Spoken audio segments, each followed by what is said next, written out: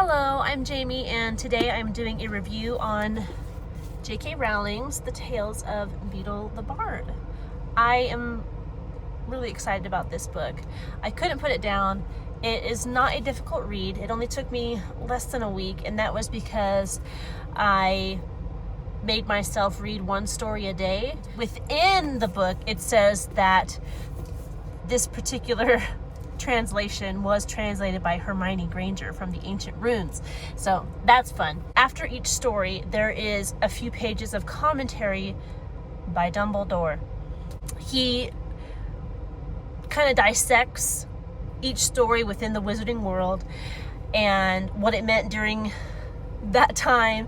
So it's like a whole history universe is kind of created around this, and you get to know a little more about what J.K. Rowling had thought up when she came up with these stories. It's more fleshed out than you might think it was just by reading the Harry Potter series. I like this because it is written in a Hans Christian Andersen style.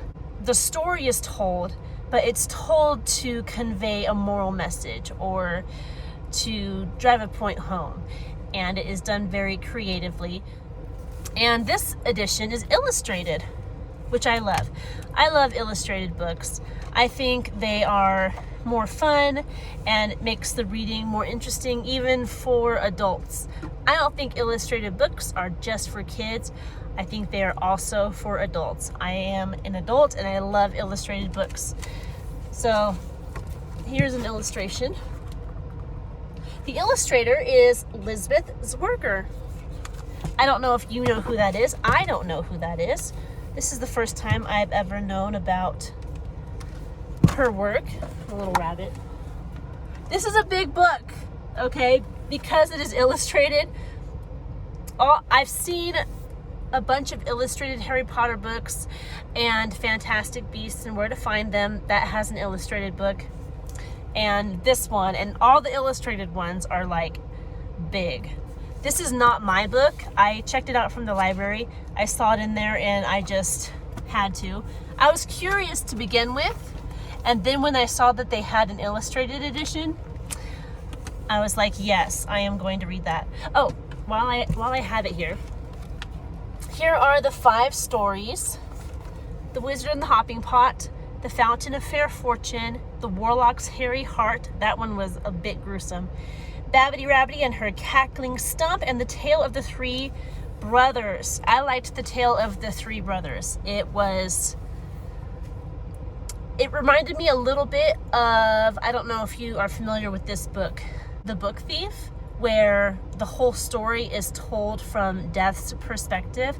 And that's kind of how The Tale of the Three Brothers is. The three brothers escape death, and he offers them gifts for escaping him, and the gifts are a trick because the gifts are meant to draw them back to death. And the way the three brothers pick their gifts and how they eventually do meet death is interesting.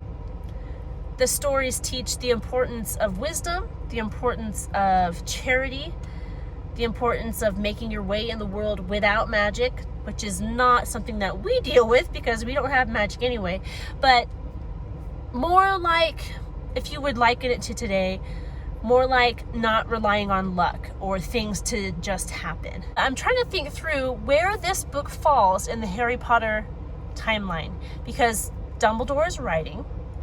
Hermione has translated the runes, so I'm wondering, is this an older Hermione, or did she do this while she was still at Hogwarts? Which would be plausible, except Dumbledore refers to McGonagall as headmistress.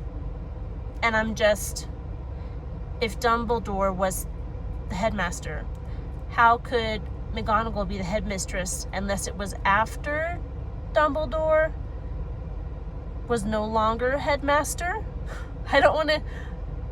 I'm afraid to give stuff away.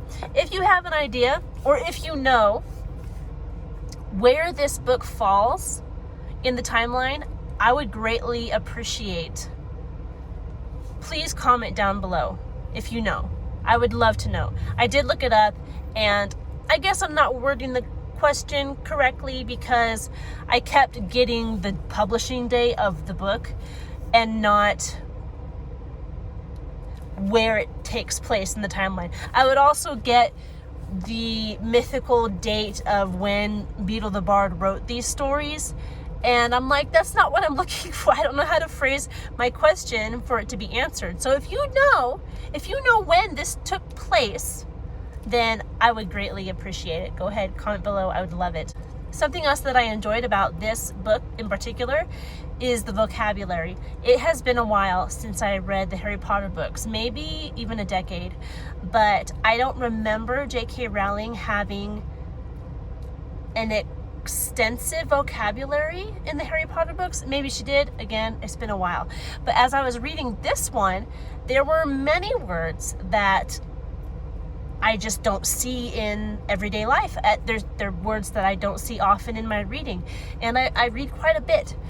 So that was fun. It was fun to see words that aren't used all the time. It made me see more into the type of author that J.K. Rowling is, because she is an intelligent woman and writer. And I love to see that, male or female. When I come across an intelligent author, I'm like, yes, this is going to be a great read, depending on the story, of course. So again, I loved the book. If you liked Harry Potter, I think you'll like it too. It is very different than the Harry Potter series, so depending on your personality, I guess, would be whether or not you enjoy this as well. It was fun. I liked the fairy tale vibe it gave. I liked seeing a little more of Dumbledore's thoughts, because Dumbledore was always a character that I loved in the books. I do recommend this book to Harry Potter fans. I think it would be fun for you to go through if you haven't gone through it already. It's been out for quite a while. And that's about it. I hope you're having a good one, and thank you for watching. And I will talk to you later. Bye.